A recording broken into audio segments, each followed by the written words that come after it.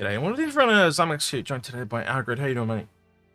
I'm doing okay. It's a bit warm, but yeah, other than that. You got the same shirt on as yesterday. Or maybe we recorded on the same day.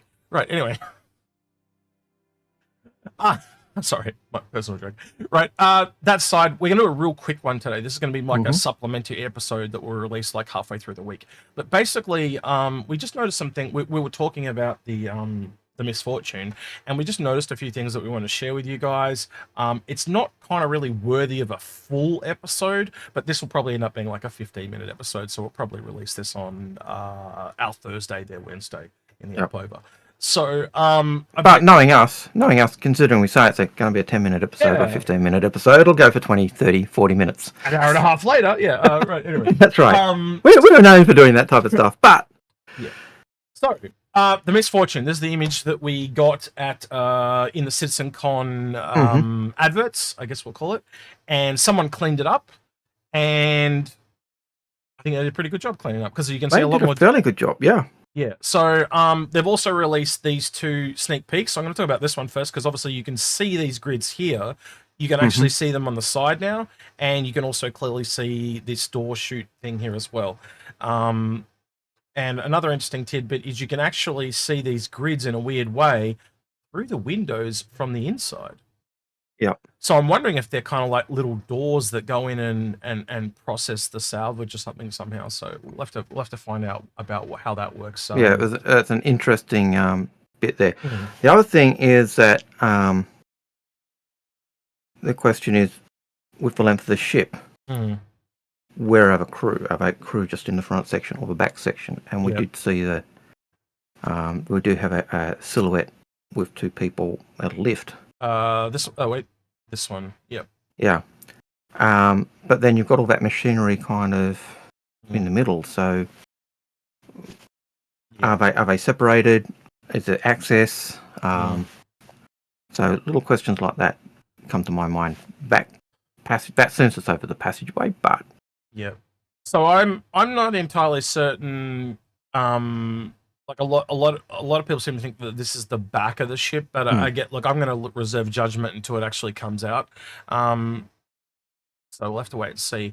And we'll go into a little bit why. Obviously, there's still a door here, so you can still actually access the front cab, but also there's that lift at the back. Now, one of the things that we've noticed is there's been a few people talking about this, but nobody went back to this stuff that was found out when the ship's name was actually discovered, and that's one of the things that me and Algared went to, and essentially, when you start to connect the dots of some of these lines, so this is an entity list essentially of all the things that make up the MISC Fortune, right? And that's what was taken from the code.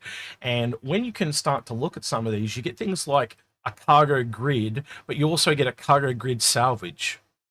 So implying that there is two cargo grids. Not to mention the lift one. Also a cargo lift. I've got to find it again. Really a bit further down.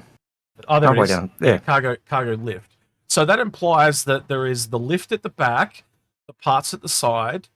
So basically there's two different cargo areas, implying almost like you got to take it off the sides and maybe put it in the back, or there's one area for the salvage and there's cargo for other things. So we also started to wonder, is it, because they mentioned things in here like seat access as well. So does that mean that the front is actually separate from the back? And you basically have to go outside and walk around and do things differently, not all internally. So there's little interesting things like that as well. And the other thing that got us thinking is the silhouette with the lift has two people, which made us think there's a two-person craft rather than just a single solo craft. Well, it makes sense, doesn't it? Where the problem with the Vulture is you only have the one person and you have to go and move the boxes yourself. This is you're essentially paying extra in oxygen and resources to use the second person. And it does look like there's some tool apart from a salvage head that's sticking up, either a tractor beam or some other utility device. We'd have to go through that list again and just double check what that possibly is. But that seems to say a second control station, as opposed to the Vulture where the pilot's controlling both the tractor beam and the think there's a lot more scraper. credence now too from what we've looked through today that proves to me that this thing operates from a stationary position on the ground. Like I've talked about it being a salvage thing, like an inner surface level or planetary based salvage vehicle, where the Vulture, sorry, is more based in space. And I think with the cargo grid at the back, so you're essentially down and you can work on and off it whenever you want, and the ability to have to kind of get out of the cab when they say things like access and stuff like that, I think it implies a lot more that this thing is working on the ground. I did have a quick discussion with Algared about what we think would be on a cargo grid if it wasn't for salvage. And the thing I kept coming back to, and I don't know if you agree with me, Algared, was the blast charges off the Vulture. If you come to a building that you're salvaging or a ship, much like on the Vulture, if it's not fully deconstructed, how do you well, you have to blow it apart, much like on that. Unless this is some kind of blast ray, I guess we could think of it as but that. The other thing that you could have on there are the actual attachments you put on your mining head to enhance. Those as they get worn out. So spares and different mining heads or different salvage heads for different roles. So there's those things you would have, but it also gives you opportunity or the option to, I suppose, put your salvage on that grid as well. Does this work differently from blast charges? Can you actually peel buildings or ships apart with a tractor beam, or is that some kind of special?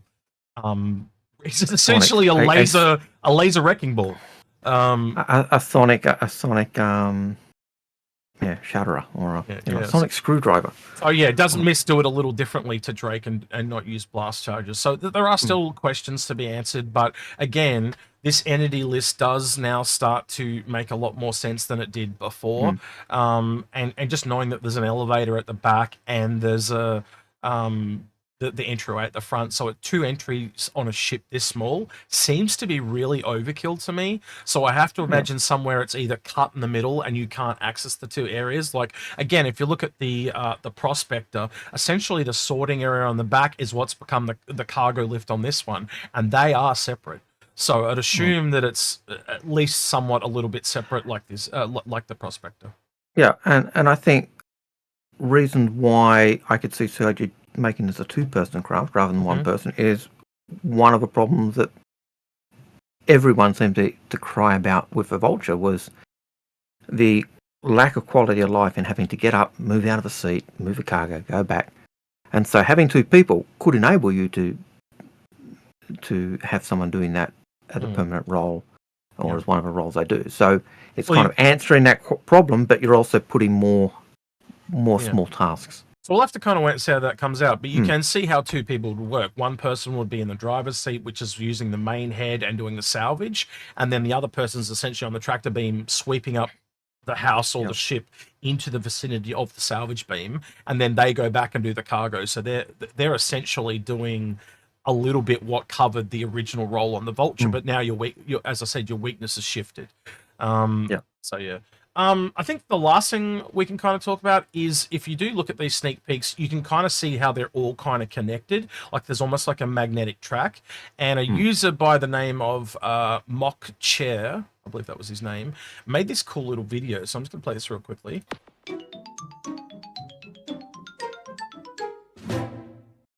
And I think that really kind of excellently displays exactly what I was thinking.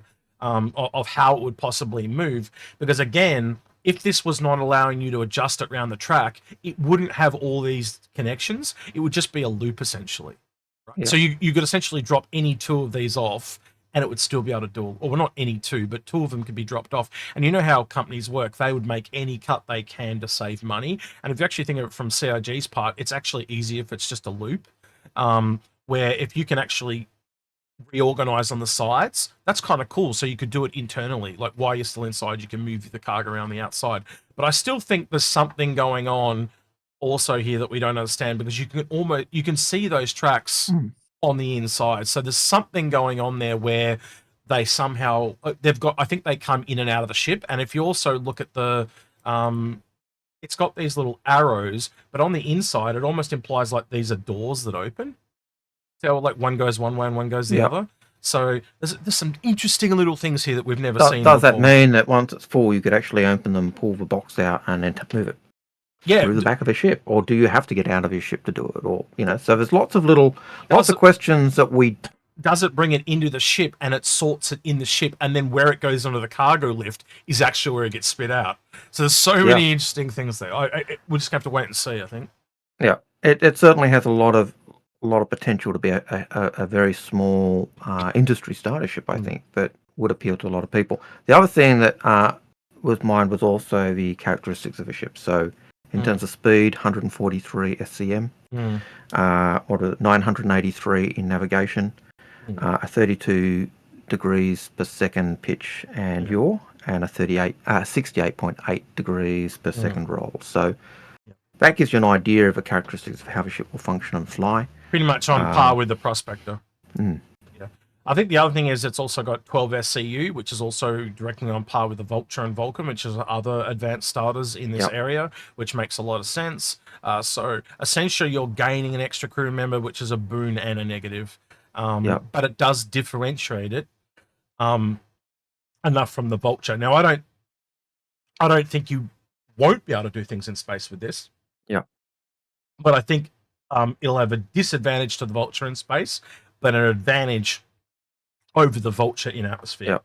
And one of the reasons, when Execute raised that with me, one of the things that did convince me that could be right is when you look at the cleaned up image, the salvage head does not look like it's an articulating arm. It almost looks like it's just a gimbaled. Yeah, it's not like the Prospector one with all the pipes and stuff, is it? So so it looks a lot like it's got a lot less movement. So that raises the question: what is that? The thing that's sticking out on the other side, is that a tractor beam we use to sweep up?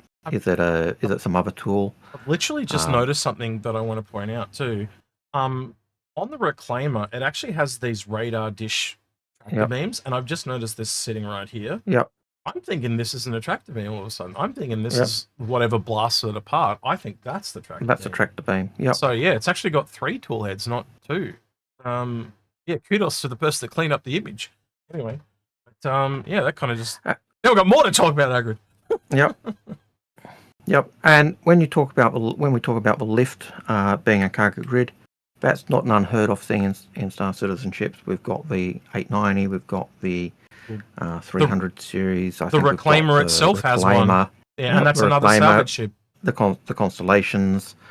So there's a plethora of Star Citizen ships that have those cargo grids on elevators. And we also know that the Caterpillar is supposed to eventually have that as well because of the way the doors are supposed to work. So so even that is if that's the case, it's still CIG is using tech that they've already worked out and just leveraging that tech to do more for their ships. So, for me, there's 2 little things left for this. I think this is definitely going to come with base building because it's tailored towards base salvage or building base salvage, but obviously it can still do vehicles that are on the surface as well. But I think that's what it's tailored for. It's to close off that base building loop. I'm kind of, I could be off the mark here as well. Price-wise, I'm expecting somewhere between the Prospector and the Vulture. The Prospector being $155 and the Vulture being $175. I'm going to place my bet at $165. What's your thoughts on price? Yeah, no, I was originally saying, around the same price as the Vulture, but I think that fits it.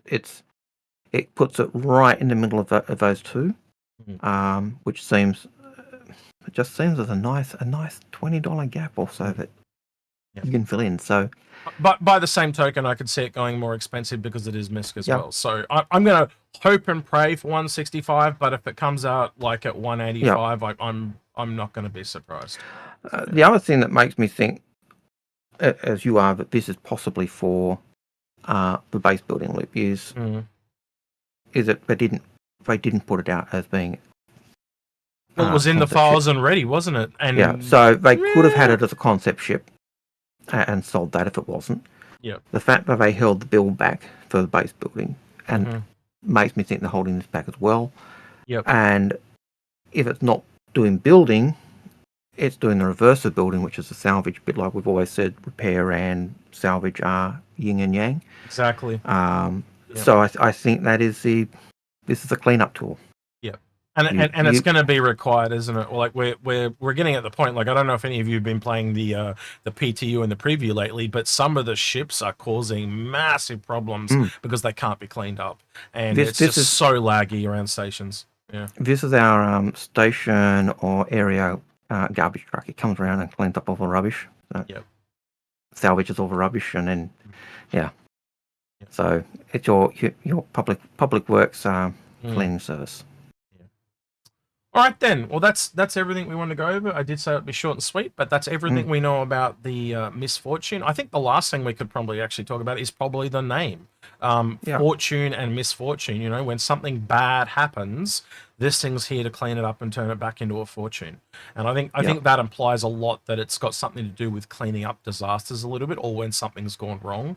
And again, losing one's home of late, if you know what I'm talking about, has been on the minds of a lot of people with the fires and the situation. And it's really weird as an Australian hearing about fires in our fire season when it's not your fire season. So it definitely tells me there's something going on with the weather. We'll just leave it at that without going into politics.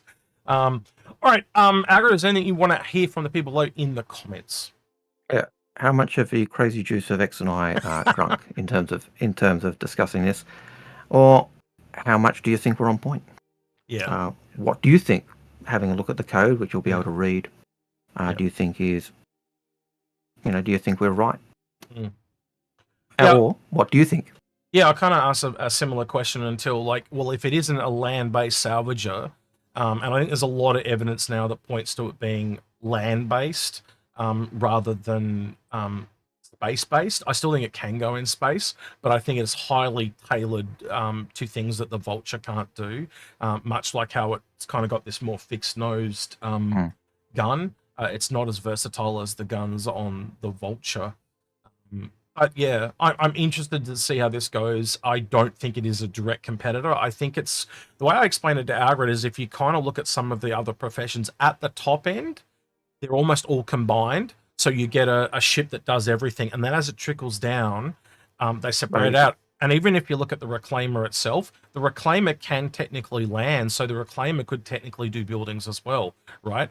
But the Vulture, as soon as you add in the atmosphere of planets, that's not going to just be able to hover vertically like that anymore. It's also got extremely tiny VTOLs. This has got massive VTOLs, and so when it does need to hover, it can still do that. So I think this shows that this operates in atmosphere lightnings better than the whereas the Vulture is great in space, but it's going to struggle in atmosphere. Yeah, and this will be the opposite because again, it's got the fixed nose. Yeah, so it can't maneuver as easily or get things moved as easily as. So mirroring Algared, I kind of want to see your thoughts, but again, don't say it's for this and don't tell me why. Like, show me the evidence. Again, point to things, tell me what they are. I'm always happy to speculate with people and think of different theories, but I want to see your evidence for such, because again, that's what we're trying to show here as well. And from the video, you do have the mind code, all that we had access to as well. So. Use that, use the pictures, tell us what you think. All right, with that then, don't forget to like, subscribe, and ring that notification bell. Thank you to everyone that an extra mile on Patreon at the end of the video. He's been Old Man Hurst and Algared. He's been Execute, and we're out of here. Take care. See you, citizens.